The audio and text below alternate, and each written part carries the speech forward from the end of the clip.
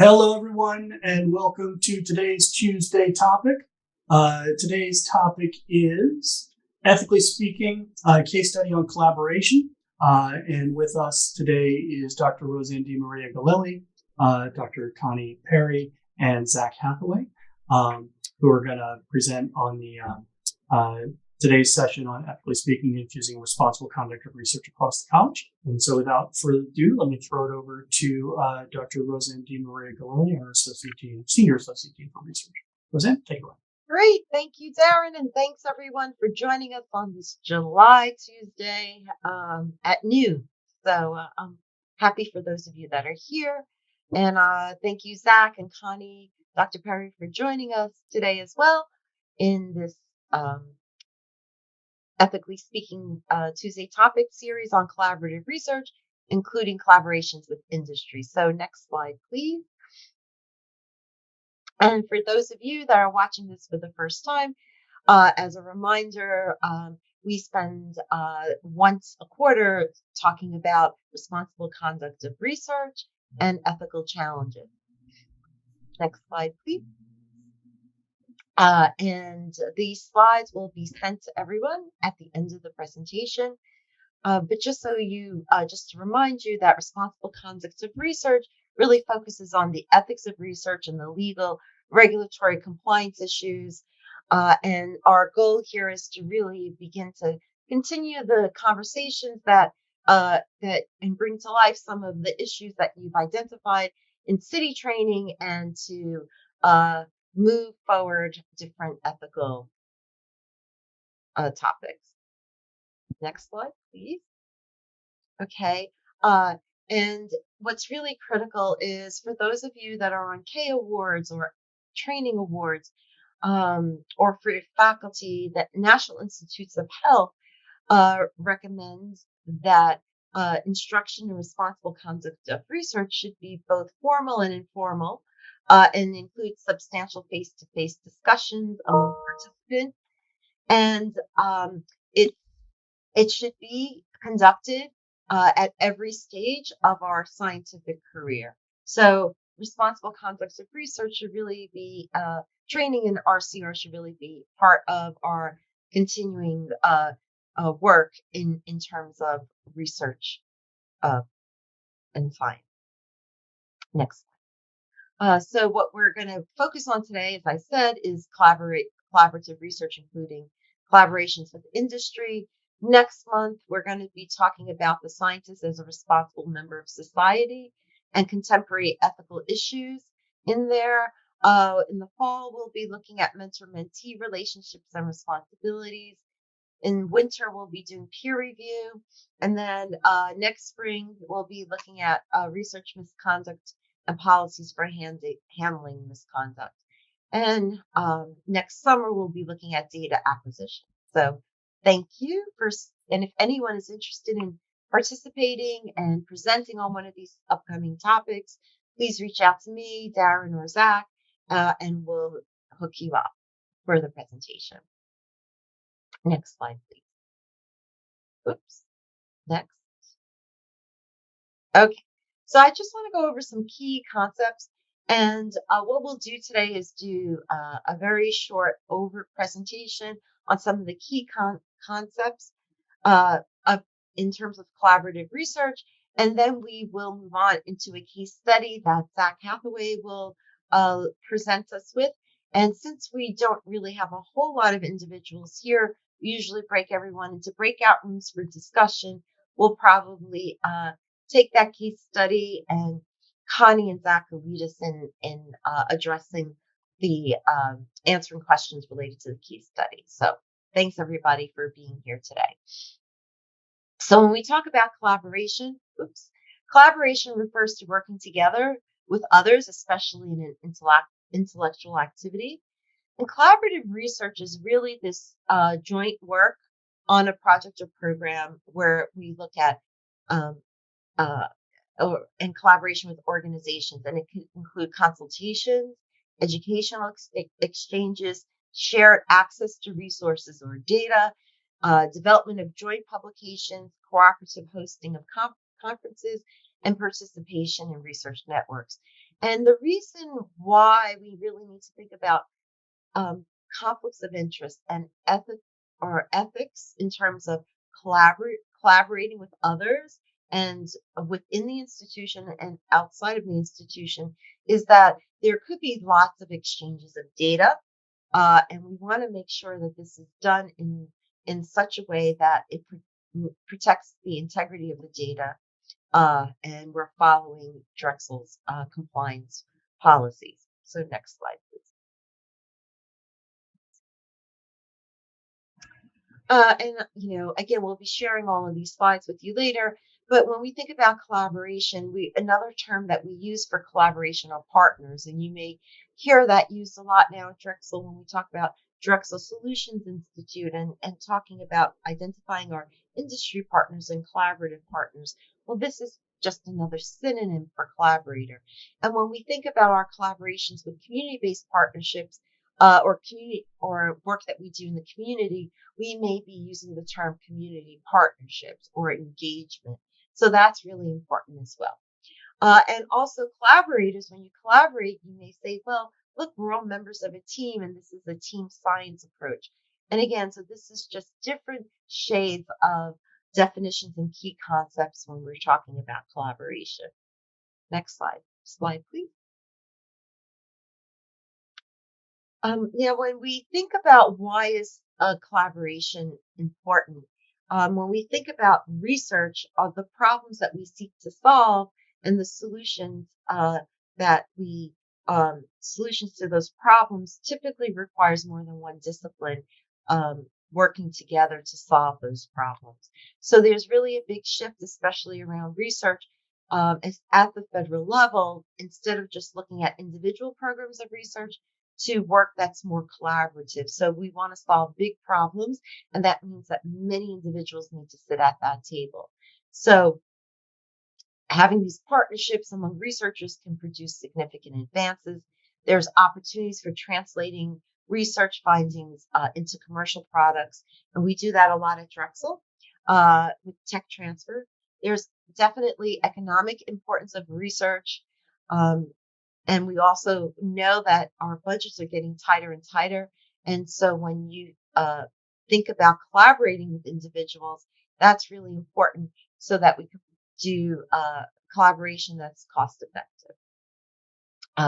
There's lots of opportunities now with data sharing, and the NIH will be putting out new data sharing policies in January.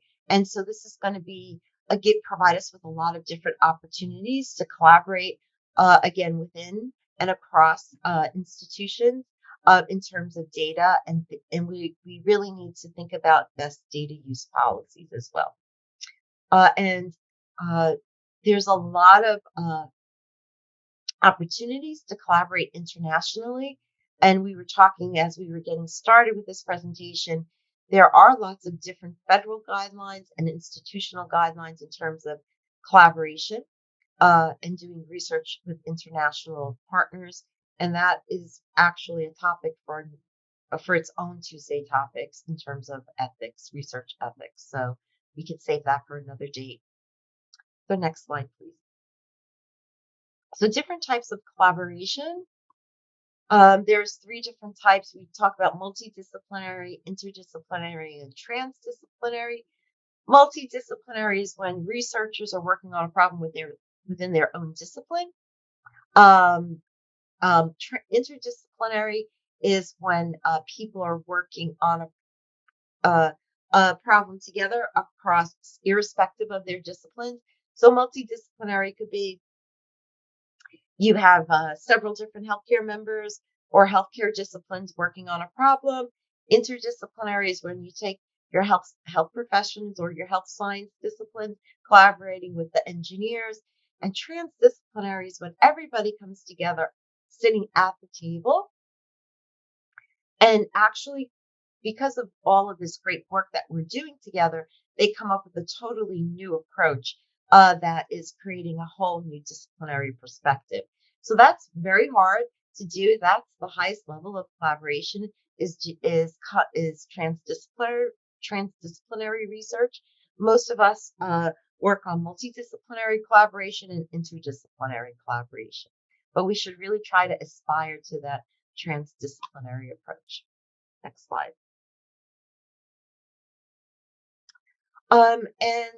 We will be sharing these, of course, with you, but any questions that you may have in terms of collaboration with industry, we have a really great Office of Tech Transfer and Applied Innovation here at Drexel, and they can really help you understand are your rights if you're coming up with a new idea that may need to be protected in terms of intellectual property that may potentially be translated into a patent and then commercialized. So there is a lot of this collaboration that goes on, and the government does recognize through the Bayh-Dole Act and the Federal Technology Transfer Act that it allows U.S. academic researchers and universities to patent the results of federally funded research and then license that technology to others for commercial development. So we do that a lot at Drexel. We have a great office that can help researchers figure out the conflicts of interests in terms of this. And we did have a earlier Tuesday topic on this as well. Next slide. And so if you're interested in learning more about how to collaborate with industry, what your rights are, I think the most important thing you should do if you have an idea, and this is, we're very eager to collaborate as scientists, but you should first make sure that your idea is protected. And that could be one of the first things that you need to think about when you're collaborating with industry.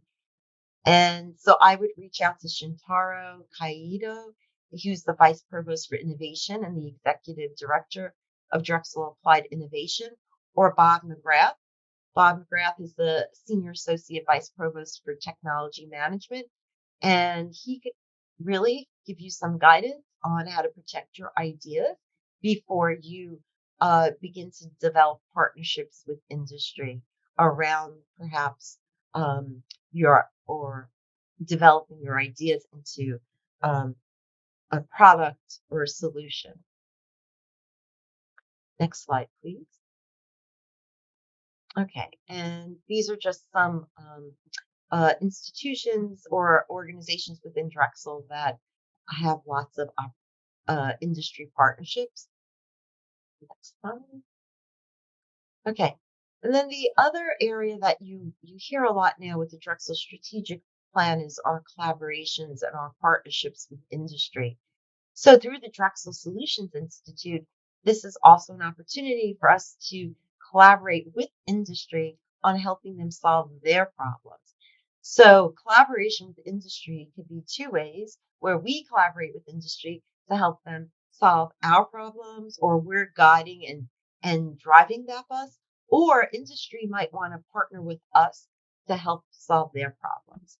And so it's really important to understand who's funding the research, who's directing that collaboration, because if you're collaborating with industry and the company is funding that research, that the company typically will own the results of that research. And there may be clauses in the BAA, the Business Associate Agreement, or the Data Use Agreement in terms of who could publish the results, what kind of approval needs to be obtained before those results are published. And that's really very different for academic researchers, because we are typically familiar with owning our own data and freely publishing our results.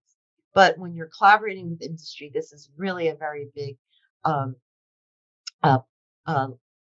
area that you need to really become very clear on before you start those collaborations. Next slide, please. Okay.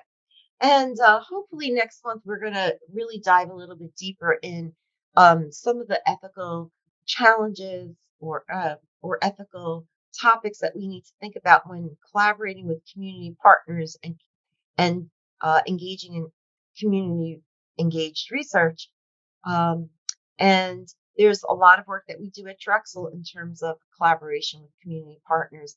And some of the biggest problems or concerns that community partners raise is that researchers just come in to do the research and then they leave. And then we don't engage and leave our collaborators in the community with the skills they need to continue to move those programs and projects forward.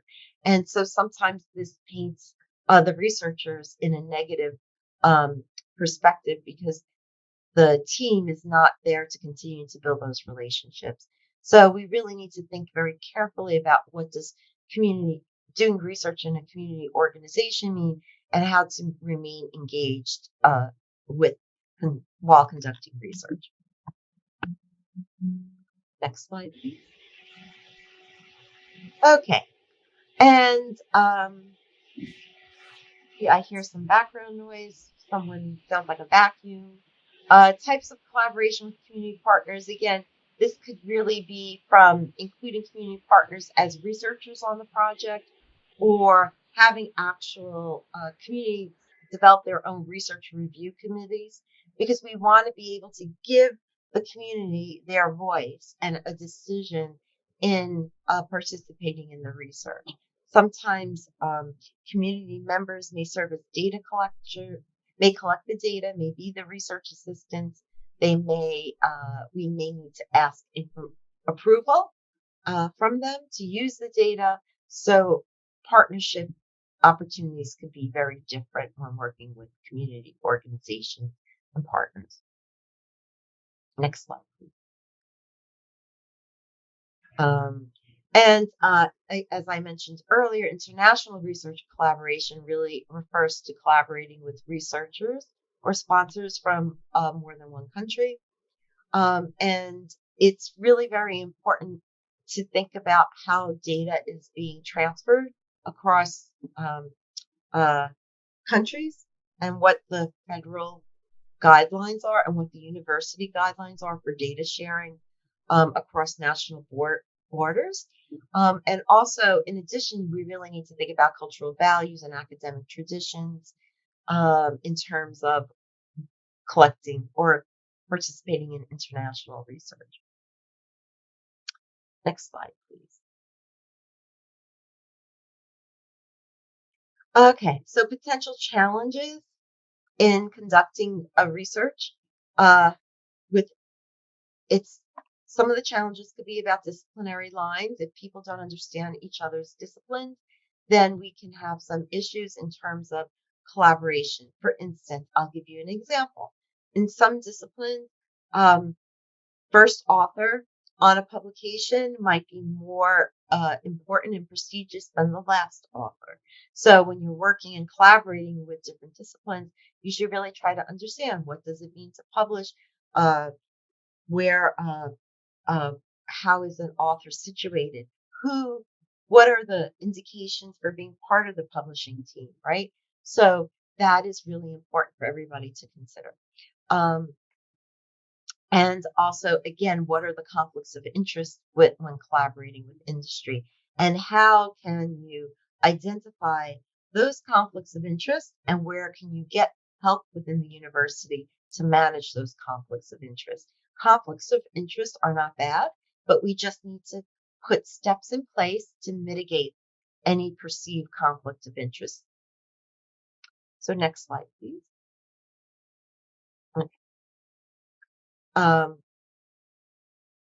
So I'm just looking at the time. We can skip over this if you don't mind.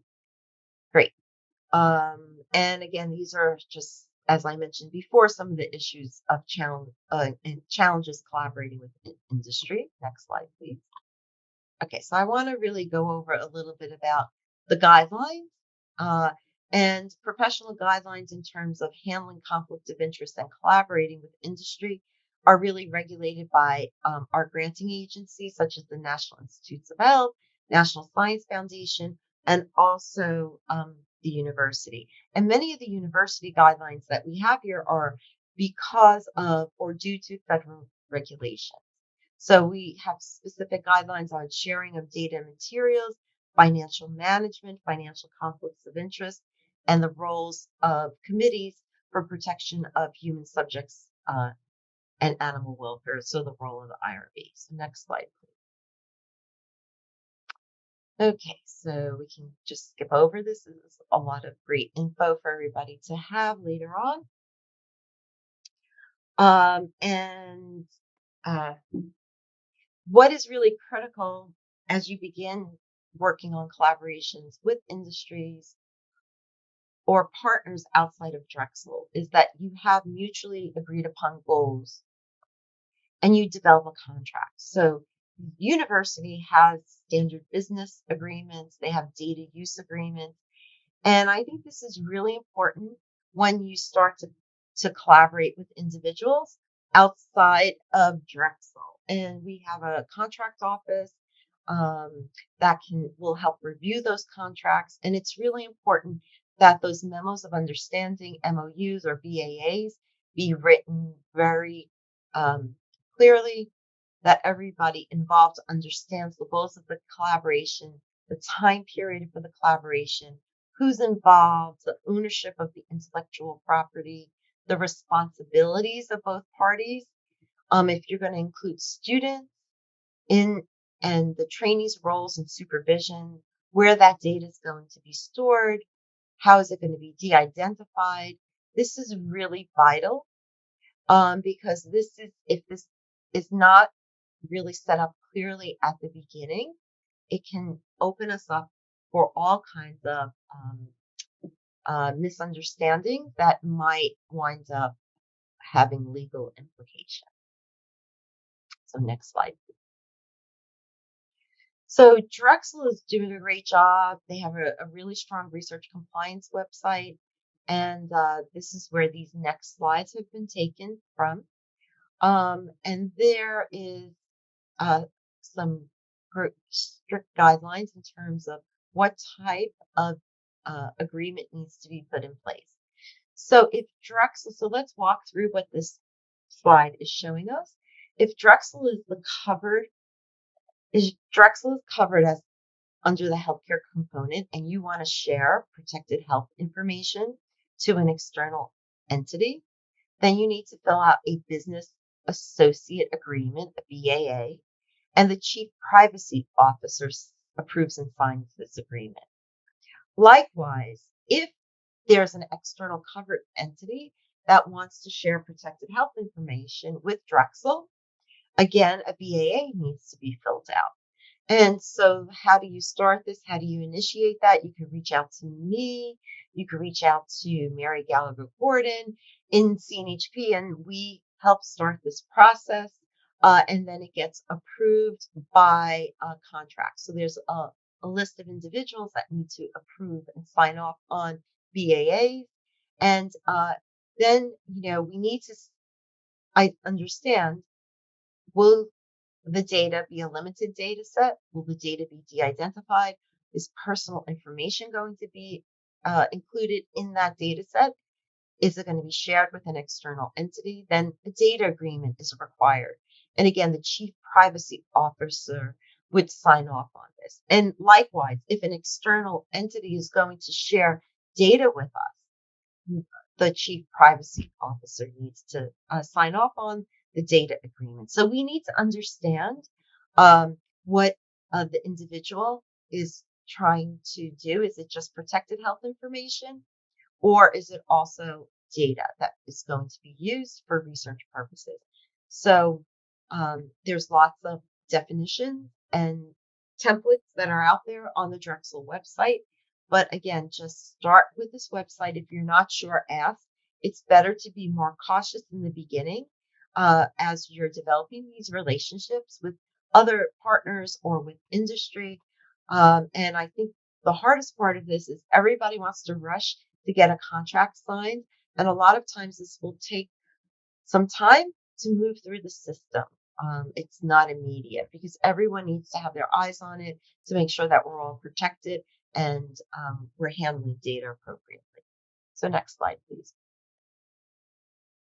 So these are some very detailed sites that you can go to at Drexel for the different data agreements. And I just am sharing this with you so that you can read this on your own. Um, and some great frequently asked questions. There's a BAA, data use agreement, data sharing agreement. All of these client contracts are on the website for you to review. Next slide, please. And again, a lot of this falls under Kim Gunter, or Kim previously, I believe, Kim Upshur, who handles compliance, privacy, and internal audit. So a lot of, in terms of compliance, falls under Kim's office. Next slide. And some of this also falls under the Office of Research. When we talk about different conflicts of interest, which whether it be financial, institutional, or organizational. Next slide, please. And I spent a lot of time talking about this BAA's data use agreements because we recently had a case here in CNHP where faculty are collaborating with an external agency, and it wasn't clear in terms of the initial BAA when a data use agreement should be implemented. And as I said, the university is becoming is developing more clearer guidelines now on this. So we really need to go back to the website and identify when do we need to implement a BAA versus a data use agreement. And if you have questions, reach out to me or Mary Gallagher Gordon, and we can help direct you at the right office at the university level. So with that, I'm going to turn it over to Zach for the last, Zach and Connie, to talk about this case study. Any questions, though, before we move forward? Okay, well, hearing none, if you do come up with a question, we can definitely talk about it in the discussion.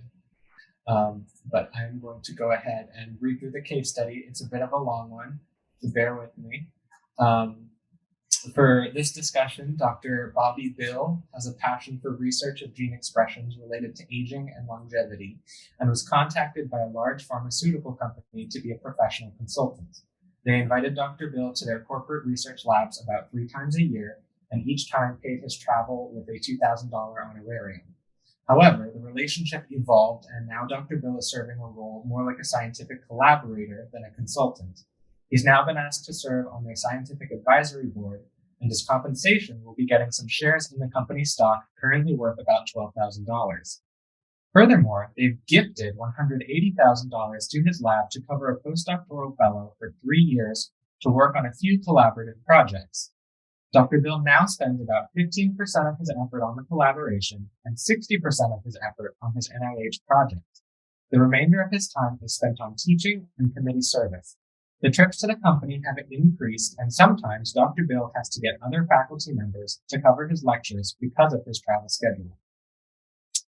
At a recent research meeting at the company, Dr. Bill and the board could clearly see a potential patentable product emerging with the potential of providing a therapy to slow the onset of aging in humans. The board asked which parties need to be represented legally as the push to commercialize the product moves forward. Dr. Bill, his postdoctoral fellow, his institution. Dr. Bill feels that while his research group contributed to the success of the project, direct experiments related to the product were not performed by any NIH-funded personnel, and he has spent much effort at night and on weekends on the company's project. He feels that it's fair that his intellectual property interests be represented, but not necessarily the school's interests.